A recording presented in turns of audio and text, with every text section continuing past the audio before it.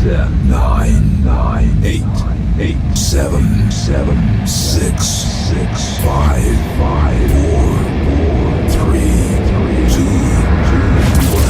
1. All systems go. You're listening to Sudbury News Talk. I want to show you something. Stand by. On the morning shift. Anything Could happen. Sudbury News Talk on the morning shift.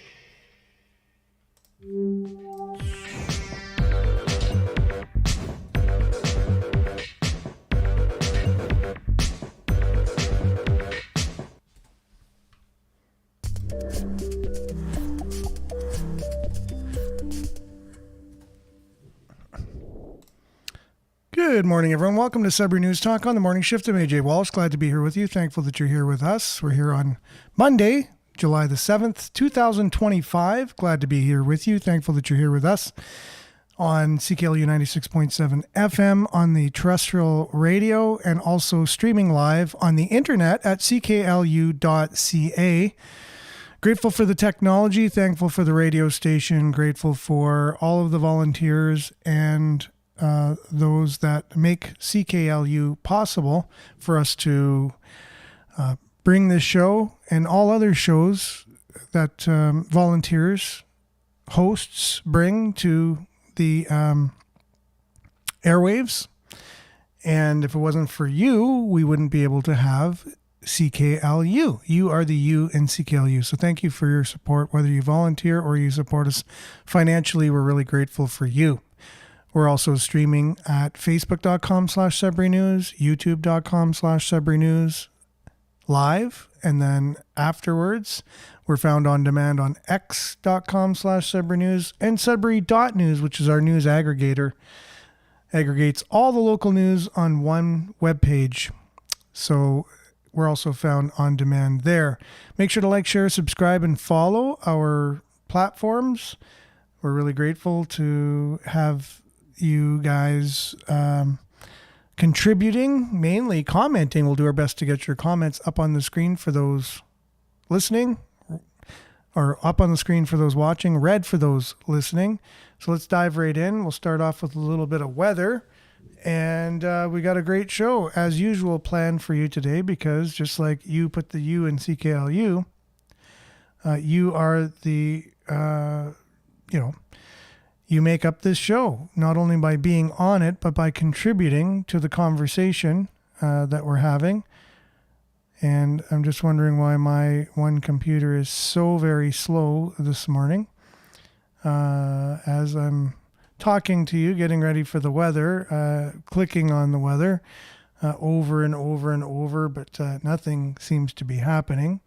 So I don't know what is indeed happening. Okay, it finally went. So I guess we can have some weather now, and we'll be back right after this.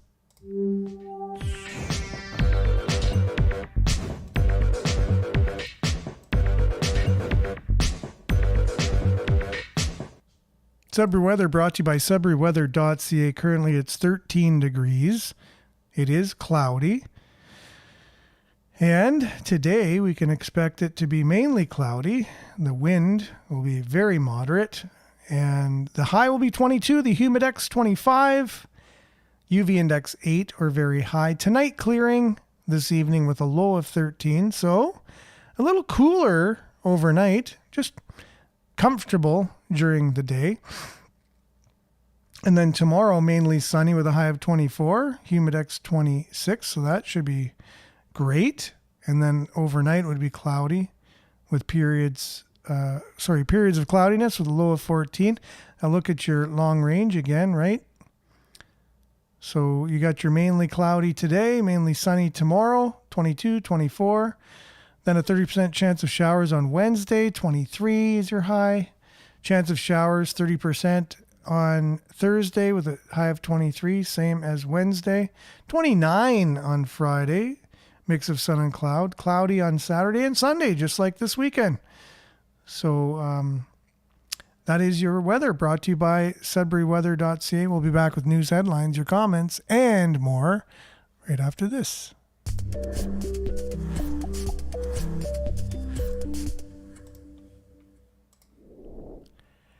And we had a special broadcast Friday night. We had two of my friends on. We had Dave and Dave Sylvester, Dave Chevrier. We had a conversation about our healthcare system in general, and it kind of went off into things we talk about on the show all the time, just the state of our world, what's going on in our community, just different things. And so I hope all y'all who are on enjoyed that, and we'll possibly do a few more of those. I know Dave Chevrier wanted to spearhead a specific podcast on health stories, but after doing that particular show, he's a little more open to just opening it up to other subjects and just having his own thing. And maybe for now, just having a special, Friday night, every couple weeks, Friday night Sudbury News Talk with different guests in the studio chatting about things that we feel passionate about and that you feel passionate about as well. So I hope you guys enjoyed that. Good morning. Did you find out who sent you that story about the Lively and the two cops who were fired? Sounds interesting. That story may tell us about it. It was, I believe it was CBC. They didn't send it to me. I found it. So it was CBC, Sudbury, and it doesn't say much. It only says that there were two officers who were suspended with pay in relation to, and it doesn't even say in relation to, it's very vague, but obviously it has to do with Rocco Renault and his accident or whatever. He was found deceased doing work at a residence, and then all of a sudden two police officers are suspended with pay, and that's basically all it said. So it's just leaves a lot to speculation. You can look at the story. There's not much to it on our Sudbury News Facebook page, but the comments in there, you might find some people who know some things just in the comments. So I would encourage everyone to go there. We'll have more on that in subsequent shows as more details come forward. Monique, good morning to you. Sudbury, smiley emoji. Marianne, good morning, everyone. From Barrie, liked and shared as usual. Trevor's on with the swords, the shield, the Canada flag. Those emojis basically say it all. Thanks, Trevor, for being on. And Denise, good morning, everyone. All have a wonderful day and stay safe and healthy. Like and share. Thank you, Denise. Much appreciated. Nana's on this morning. Good morning. Blessings to everyone. Heart emoji. Got to run today, but sending my love. No problem. Thanks for the heads up on that. Hopefully you have a great day. And Hazel, good morning. Prayer emoji. Much appreciated. Much needed. Along with Marianne, my heart goes out to Texas. So what's going on there? Heart emojis, prayer emojis, much needed as well. Yeah, Texas flooding.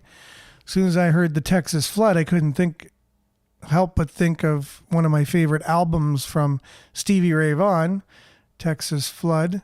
I think that was the name of his band as well, like the two guys who joined him.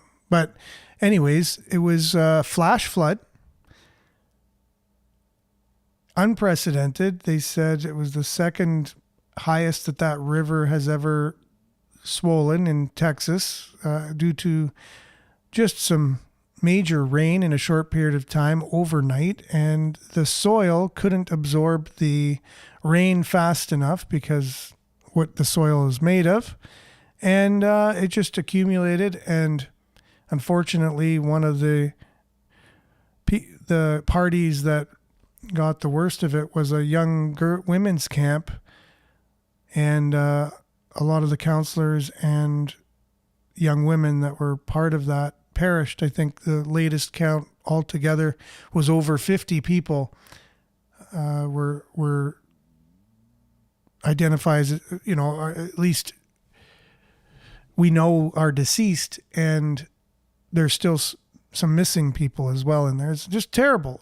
It's just Texas over the last couple of years has been the recipient of some crazy weather phenomenon.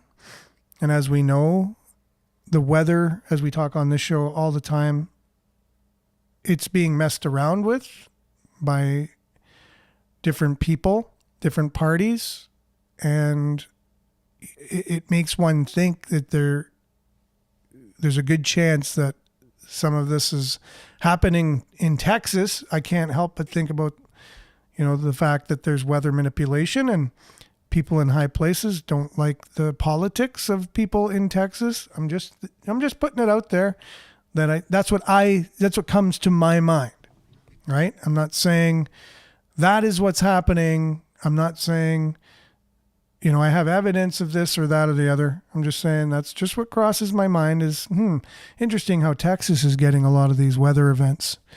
And then it's obviously in mainstream media, just climate change is talked about as being the reasons for this. Not the fact that we have so much weather manipulation technology out there that's being used that we talk about on the show. That's never mentioned at all, ever. On mainstream, it's always climate change. That's the reason why.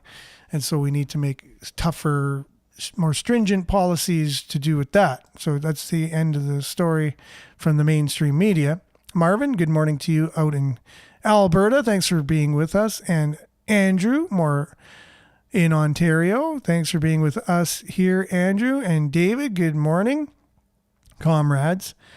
How you'd classify our government, socialist, communist, light?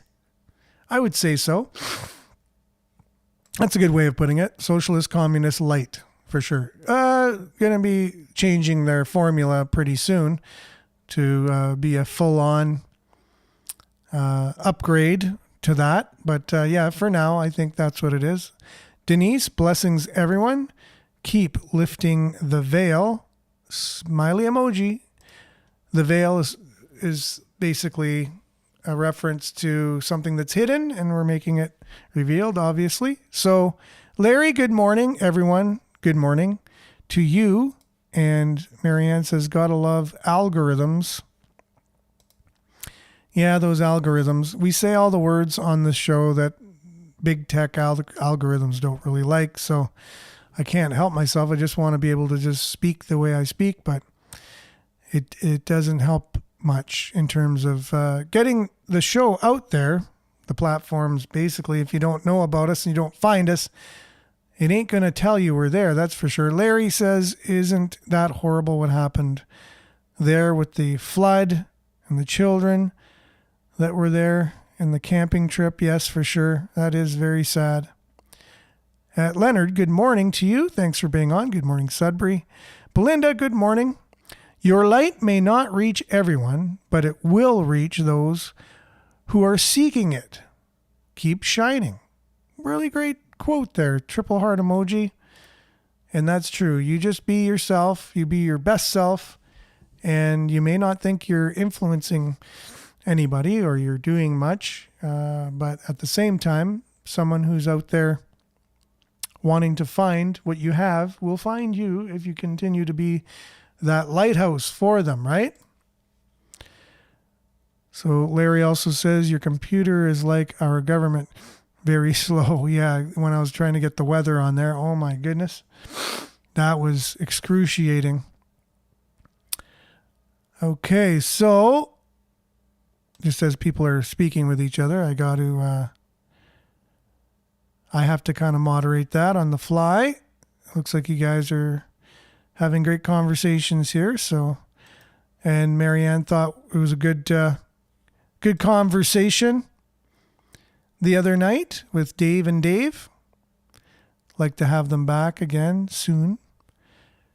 Another horrible incident on 144 between Levac and Cartier. Sadly, there were 2 fatalities as far as I read, 2 retirees. Was it a few days ago this happened? Unfortunately, condolences go out to the families. Sad, again, that yes, there's quite a few accidents that take place on that highway. And I don't see any changes in the near future because the highway is very windy and narrow and not sure all the reasons, but Quite a few fatalities on that highway.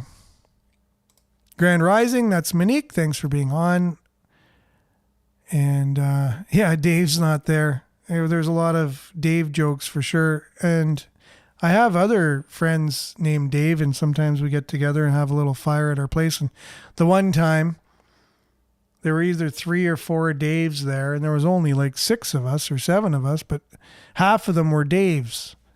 And the jokes were just, these are the Daves I know, these are the Daves I know. That was Kids in the Hall, right? They had a song, so we're playing that on YouTube for those that hadn't seen it. And anyways, it's just, Dave's a very popular name, at least in my circles. Okay, so it's about time they start cracking down on the Sudbury regionals that are very corrupt. We'll have more on that in our main story of the day coming up very shortly. I'll be talking about our municipal government and the spending. Our spending that we do here in the city. And I know Tyler Clark from Sudbury.com has wrote that it's very normal, and we could probably spend even way more than what we have now just to be kind of in line with other municipalities. But there's a report from the Fraser Institute that just says the opposite of that, and says that with the new spending that we've been approved for, we're going to be the most in-debt municipality in all of Ontario. And we'll get to that. That's what we're going to be talking about today mainly. So stay tuned if you're interested in how much Sudbury is going into debt and how that compares to other municipalities by a group that's what they dedicate their whole organization to, is doing studies about these types of things. So yeah, so we caught the eye of them. They wanted to kind of look and see what's going on in Sudbury, and I'm really grateful they did, because we're in a bubble here in Sudbury, and you just have people in the city saying, it's all fine, don't worry about it, everything's great, just look the other way. Meanwhile, the real deal, you can't deny, is real research and real facts. So I'm grateful for organizations like that. We'll be talking about that in a few moments, so stay tuned. Denise says government documents obtained by Global News repeat that there's a federal program for vaccine injured people, severely underestimated the number of claims it would receive. The government expected that hundreds, possibly thousands of people would apply each year, but as Caroline Jarvis reports, 4 years later, that number has skyrocketed. So if you want to know more about that, you can Google Caroline Jarvis, Global News, and injured, and that will get you more on that story. And that is, it's my own experience and talking to people. I'm not surprised one bit. So the officers that were involved, I believe you're talking about, yes, in the death of Rocco Renault. Those officers, if not doing their jobs properly, should be suspended with no pay, capital N-O, bottom line. And there's many people who feel the same as you, Marianne. Miles, good morning to you. Hi, all the truth seekers. We get a lot of commenters from our friends in the USA commenting on the bad free healthcare system we have in Canada. I would like to say that they are very wrong. Our health broken care system is not free, but taxpayer funded. That's true. It definitely isn't free. It is paid for by you and me, and is very expensive. Very expensive. And I know the show that we had the other day, just Friday here, talking about our healthcare system, I really appreciate, this is what I appreciate about the American healthcare system, and apparently the Swiss healthcare system is a very interesting one to look at, because they have a really good blend of socialized and privatized healthcare that kind of is good for everyone, which I think we really need to look at here.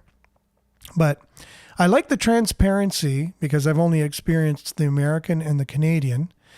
I really like the transparency of the American one. So you go to the hospital, you get a bill, at least you know what it costs. So you know how much an MRI costs, you know how much a blood test costs, you know how much everything costs. So, and you're allowed to shop around. So maybe one hospital, an MRI costs $350, and at another hospital it costs $250, right? So that's interesting. So you might go, oh, wait a minute, there's competition. I could go to a different hospital if I want and get different service at a different price. And so there's accountability for those running those hospitals to offer good service at a good price. Now, I know that it's not cheap. And when you say you get a good price, maybe it's a little lower than another hospital, but at the same time, they have to offer good service or they're not going to have any customers. They're customers. Here in Canada, it's just blanket socialized healthcare. They could care less. They're overwhelmed anyways here. There's no competition of one hospital against another. Every community just has one or whatever, right? Like just you, here's your hospital and take it or leave it. It's what it is. And meanwhile, if you look at the amount of money, we're probably paying triple what you'd pay down there for your healthcare, because when money just goes into a big slush fund, like it does in our system, because we just pay taxes. How do we know how our taxes are being spent? How do we know how many taxes are being allocated to this, that, or the other at any given time? So even the idea of the toll road in the United States, I thought that was an amazing idea. Sure, you got to pay at the bridge or getting on a different highway or whatever. You got to pay $4. Oh my goodness, $4 to travel on that bridge. However, they're not taking money out of your taxes to pay for that bridge. It's just the people crossing the bridge that are paying for that bridge. Whereas in Canada, we say, no. We don't want, what if there's someone who can't afford the $4? And they always sell it to you like that, right? They always do that. Yeah, but what about the people? What about the people, the one person who couldn't pay for that bridge? And they won't be able to cross. So how about we just put it in your taxes and everyone doesn't have to worry about it. No one has to worry about it. You can all just cross that bridge and it'll just be taken out of your taxes. There's a big problem with that. A huge problem with that. One is if the fact that they're selling you that to begin with, why do they care about that? You know, do they really care about that one person? Is that why they're wanting it that way? They really care about that one person. That's why they want to tax you. No, they don't actually care about that one person. They care about your taxes and the money that they can make off everybody. So it's the same thing with our healthcare. You know, what if someone goes to the hospital and they can't afford it? Well, in the United States, they have solutions for that. Now, whether they're the greatest or not, or whatever, it's not a perfect world, but some things are better than others. And if you ever experience the type of healthcare you get, like right now, we heard there's a privatized healthcare. There's a privatized health. There's a clinic in Buffalo owned by a Canadian, or Canadians own this healthcare center where you can go and just pay to get an MRI, $500. You know how long my wife has been waiting to get the permission to get her nurse practitioner to say, yes, you can go for an MRI? Do you know how long we've been waiting? She's had a condition for I don't know how long. But no, they got to send her for the x-ray first. Then they got to send her for the ultrasound. Then they got to send her for the scope. Then they got to send her for 20 different things before they send her for an MRI. When you could just go directly to an MRI that's going to scan her whole body and see everything, see how everything's connected to what, see if there's something going on. But no, they're a gatekeeper. They say, no, you're not allowed to go. That is not right. And that is part of our socialized healthcare system. Doctors stand as gatekeepers, preventing you from being in charge of your own health, because they tell you what you can do and what you can't do. And that's just not right. It takes away freedom of choice. And if I want to go for an MRI and I want to pay $500, why can't I? Why can't anyone? Why do you say I can't do that? We have the technology. We shared the story of how a couple went to China and Canadian, I think the wife was from China and the husband was from Canada. Anyways, they're in China. They want to go to the hospital to see, because he's been waiting for an MRI in Canada forever. They said, let's just check it out. Let's just see what happens. And they went to the hospital, and the same day, he had all of his work done, an MRI, and it cost the equivalent of like $150 Canadian. And got the results and everything back the same day. You know? And our healthcare system is being touted as one of the best in the world. I don't know. Whoever is still believing that BS has got to give your head a shake and just go into an emergency room just once, anywhere in Canada. Just go to the emergency room and just observe and say, this is the best healthcare in the world. And just keep telling yourself that. Anyways, we can go on and on and on and on. And I think the idea of having a podcast just designated to that particular topic would be gold for sure, because there's so much to talk about with that. And we need the conversation to happen. We need to get this real information out there and have a real conversation, not just be told BS from whatever's putting it out there.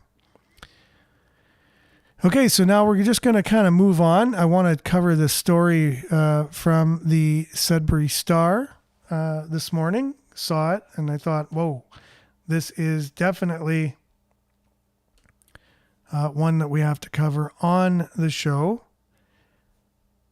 So it caught my eye. Obviously, we've had Tom Price and Bob Johnston on the show a few times in the last couple months, and especially Tom Price talking about the real costs of this borrowing.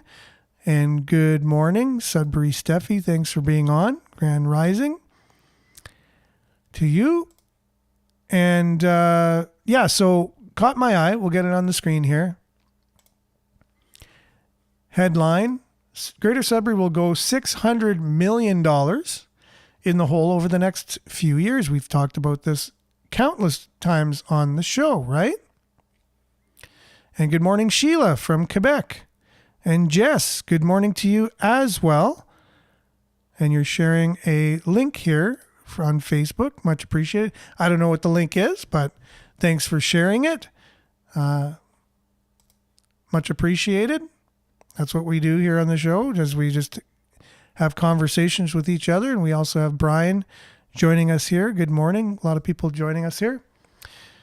So Sudbury will go $600 million in the hole in the next few years. The mayor contends debt can be a valuable tool when managed responsibly.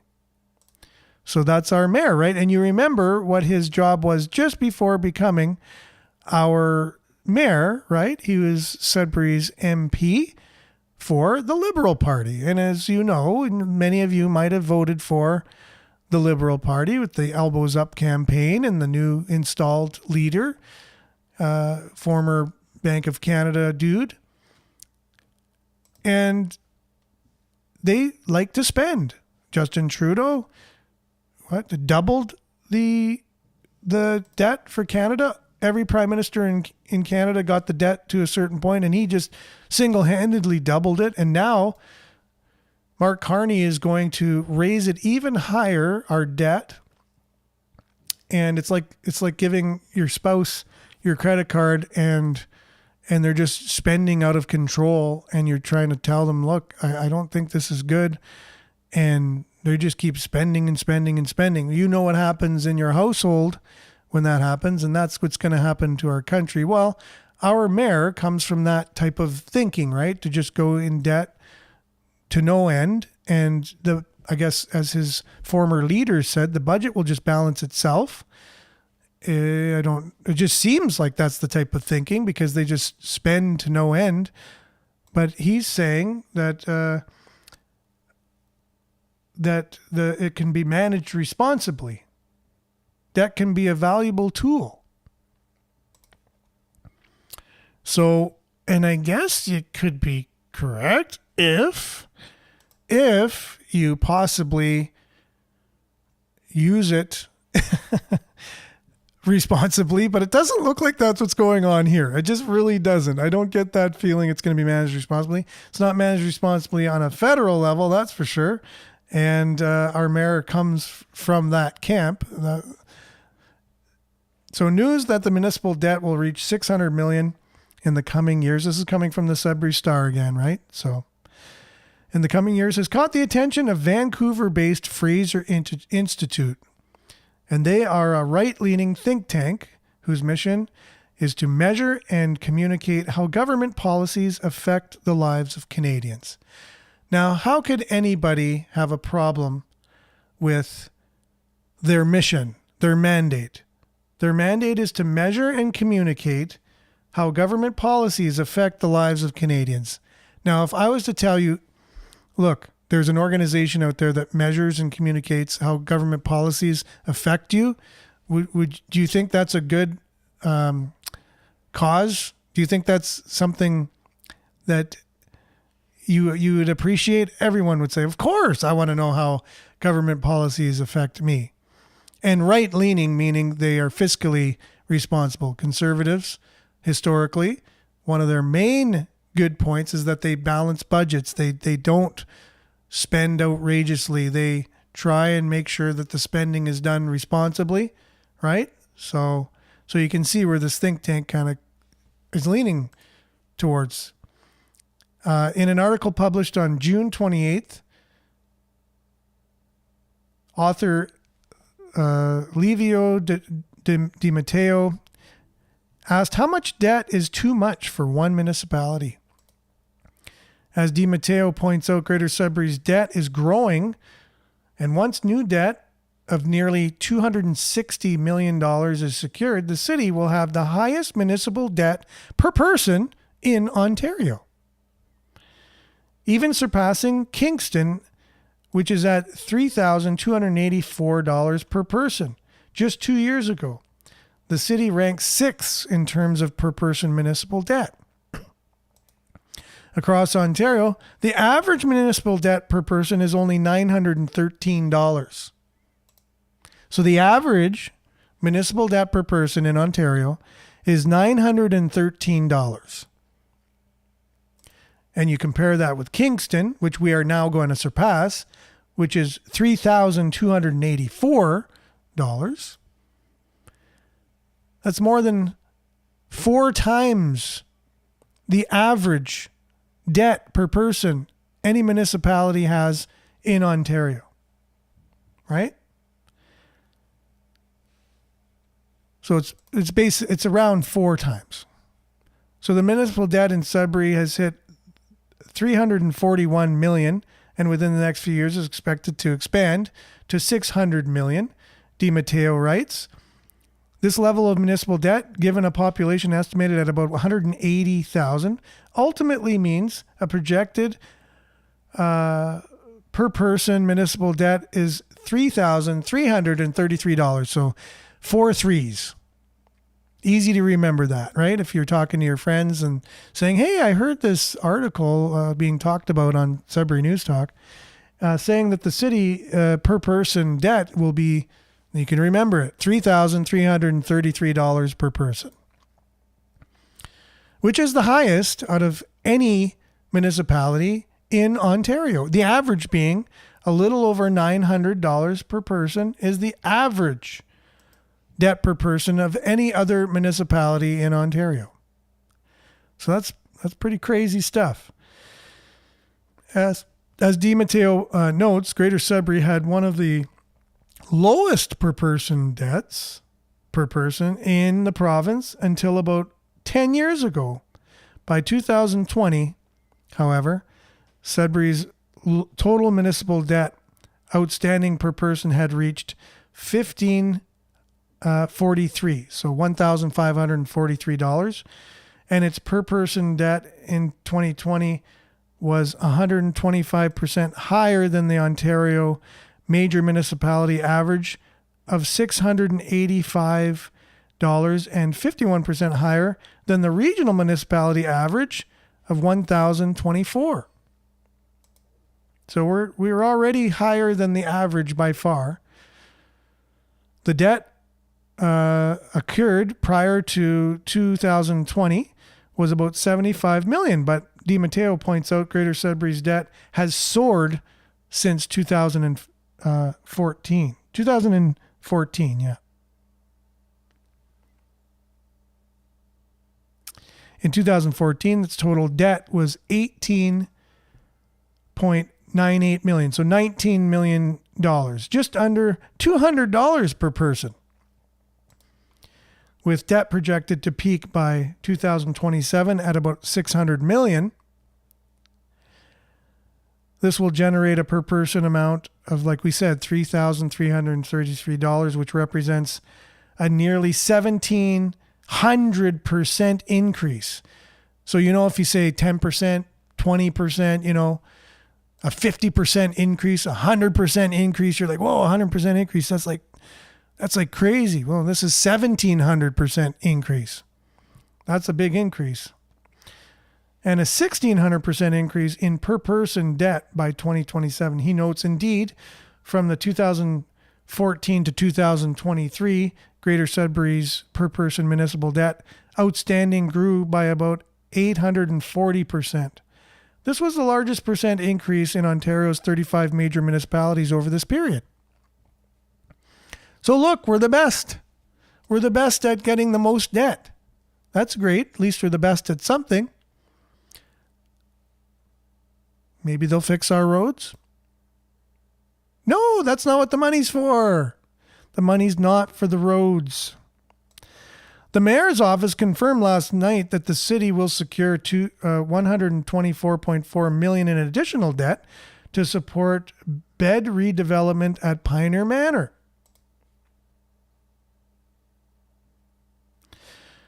Phase 1 of the community safety station remediation of the College Street underpass, the Frobisher Salt and Sand Dome, and upgrades to the Vermilion System water treatment plant. So a lot of infrastructure. And good morning, Claire. Thanks for being on. And Sylvia as well. Thanks for being on. Oh, and Sheila. Good morning to you. So, yeah, that's pretty incredible. Infrastructure, we know, is needing upgrades. But I also thought we collected taxes for things like this. I didn't know we had to borrow all these millions of dollars just to run the city, right? I didn't know that. That's why I thought an audit would be perfect.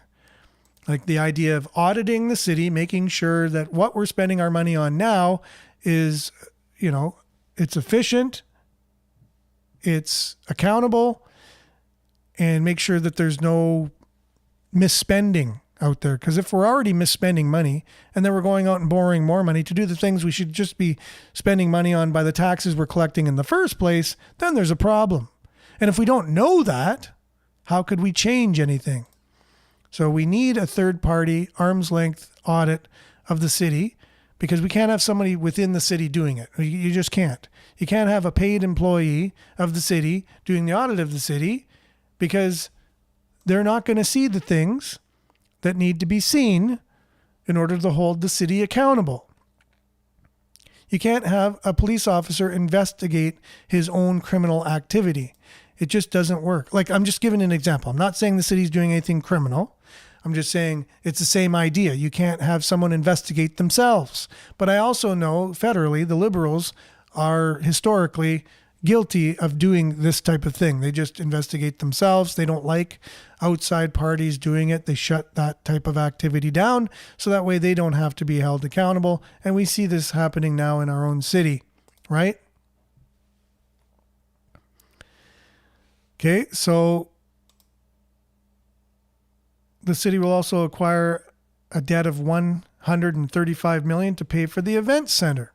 This is what Tom Price has been kind of beating the drum time and time again on, is the money that we're spending for the event center, right? And then just that alone and what that means for taxpayers coming back. And he seems to be like a lone voice in the city talking about this. But now he has this Fraser Institute report to back him up. So it's not just him anymore. These are people that dedicate their lives to this type of thing, to researching how government policies affect citizens. And in this case, how a municipal government's fiscal policies are affecting the citizens of Greater Sudbury, right? So this is a great report that everybody should read and see how the city's spending is going to be affecting you living here. So the city will acquire $135 million to pay for the event center, which has a current budget of $200 million.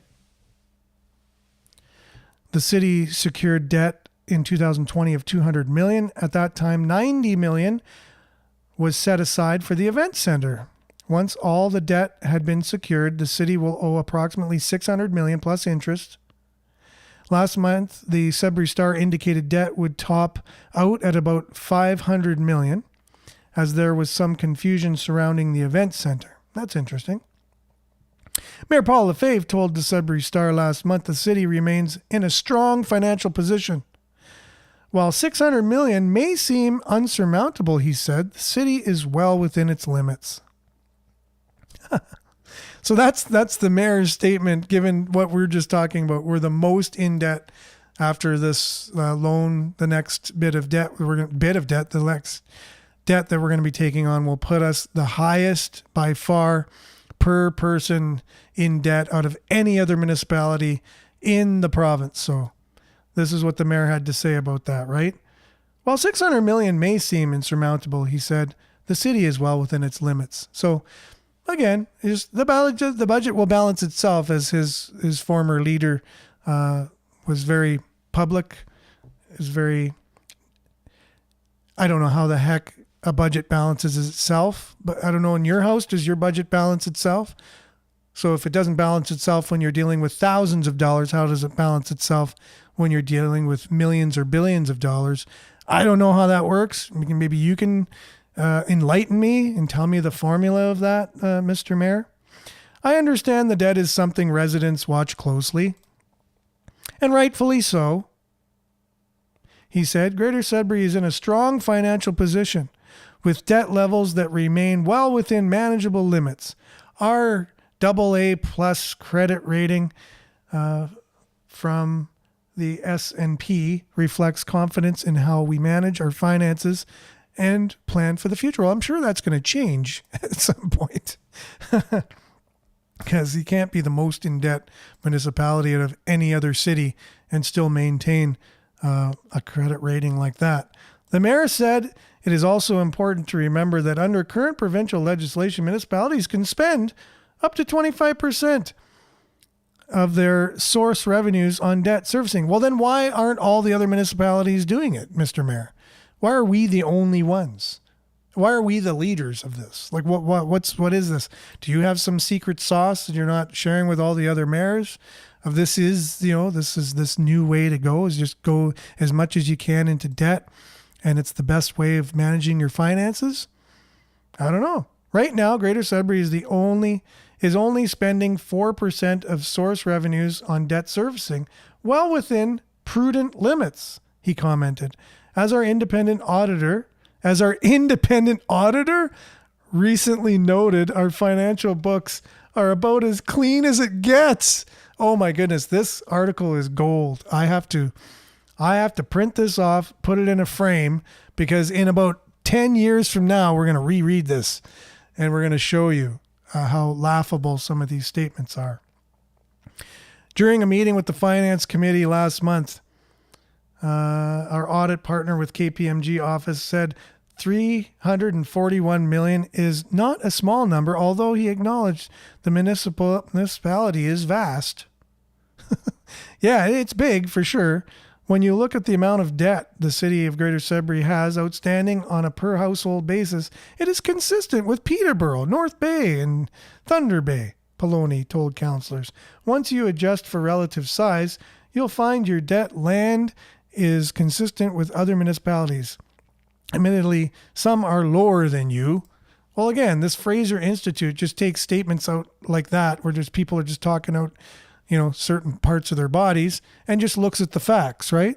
So we'll be talking obviously more on this study and more on subsequent shows, but it's all the time we got for today. Appreciate you all being part of the show. Thanks for listening. Thanks for watching. We'll be back same time, same place on the same platforms, God willing. And we will look forward to Earshot Daily coming up right now on CKLU 96.7 FM. And remember, the comments that are made on this show are that of the host, myself. Those commenting are any guests that we have, and we take responsibility for our own comments. We read the news, and those journalists take the responsibility for their journalism. Everyone's taking responsibility for their own stuff. They don't necessarily reflect that of Laurentian University, staff, faculty, anyone involved, any of the students, or that of CKLU, any of the employees and volunteers, the board of directors. They are that of ourselves and ourselves alone, and our commenters, guests, and journalists that we are reading the stories from. So have a great day, everyone.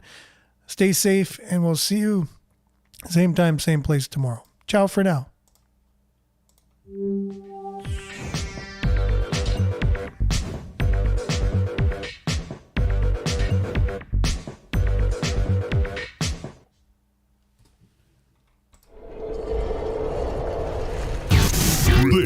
This is Sudbury News Talk on the morning shift.